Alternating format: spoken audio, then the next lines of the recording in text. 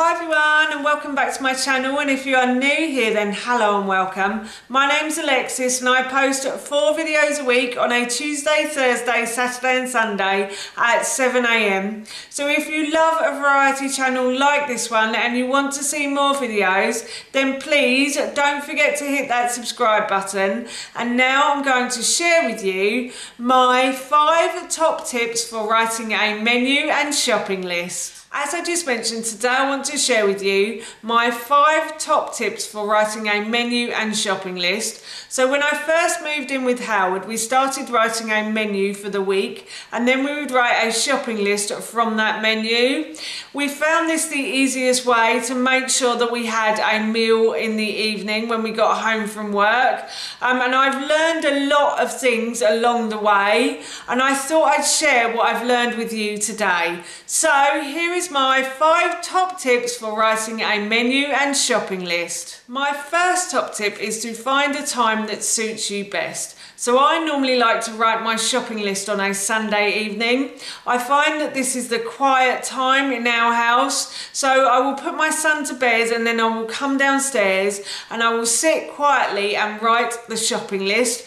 As I said, this is the easiest time. I try not to have any distractions around me either, and it normally takes me about 20 to 30 minutes. So I just sort of set 20 to 30 minutes aside on a Sunday evening. My next top tip is to have everything you need around you. So when I come downstairs, I like to make sure that the table is tidy, and then I will grab my notepad and pen, and I will grab some recipe books as well from my shelf in the corner over there, and I'll also put the computer on. I try not to use the computer too much, but I do like to refer to recipe sites sometimes. Just for research, just for my own research basically. I try not to copy recipes. I do try to use my own imagination, but I do find them quite helpful, like recipe books as well. Apart from that, I try not to have any other distractions, and the most important thing I find when writing a menu is you must have a cup of tea with you.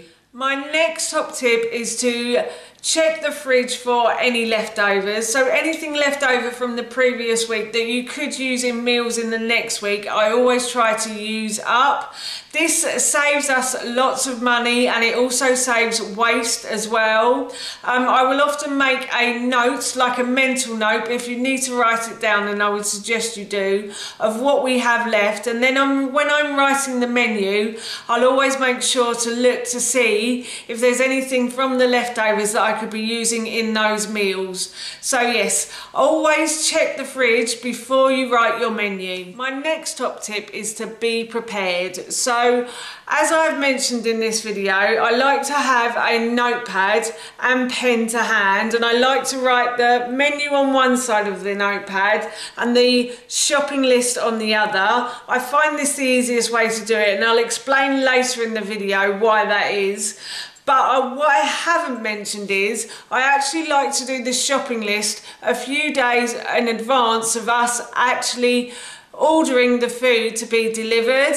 I find this to be really helpful. We often forget things, or we find things that we've run out of in the cupboards that we need to put on the shopping list. So if I give myself like 1 or 2 days before we order the food, it gives me time to find the food that I might need to order and put on the shopping list. And my final top tip is to write a menu and then a list of ingredients for that menu. So I will go through each meal individually to see exactly what we will need. If we need more than 1 onion, I will often just cross out the one that I've written and put 2. For example here, if we needed 2 courgettes this week for 2 different meals, so I've just put courgettes and I've crossed out the 1 and I've just put a 2 there. I just find this the easiest way to do it. It saves me a lot of time. I used to use a notepad and I would put the menu on the top page and then I would flick over and put the ingredients on the other, but I'd find myself just flicking backwards and forwards. Whereas here, it's all laid out in front of me and I can see it, so it just makes it really easy. As I said, it saves me a lot of time. I think it also saves me a lot of waste. as well. Like, we don't waste as much food because we know exactly what we're going to eat. And also it saves us some money as well because we're not throwing food in the bin either. And then finally, all that is left for you to do is just simply order your food, put it away and enjoy your meals for the week. That's my top 5 tips for writing a menu and shopping list, and that's it from me. Thank you so much for watching. Please feel free to give me a big thumbs up if you enjoyed this video, and please feel free to leave any comments below. And please don't forget to hit that subscribe button. See you all soon. Bye.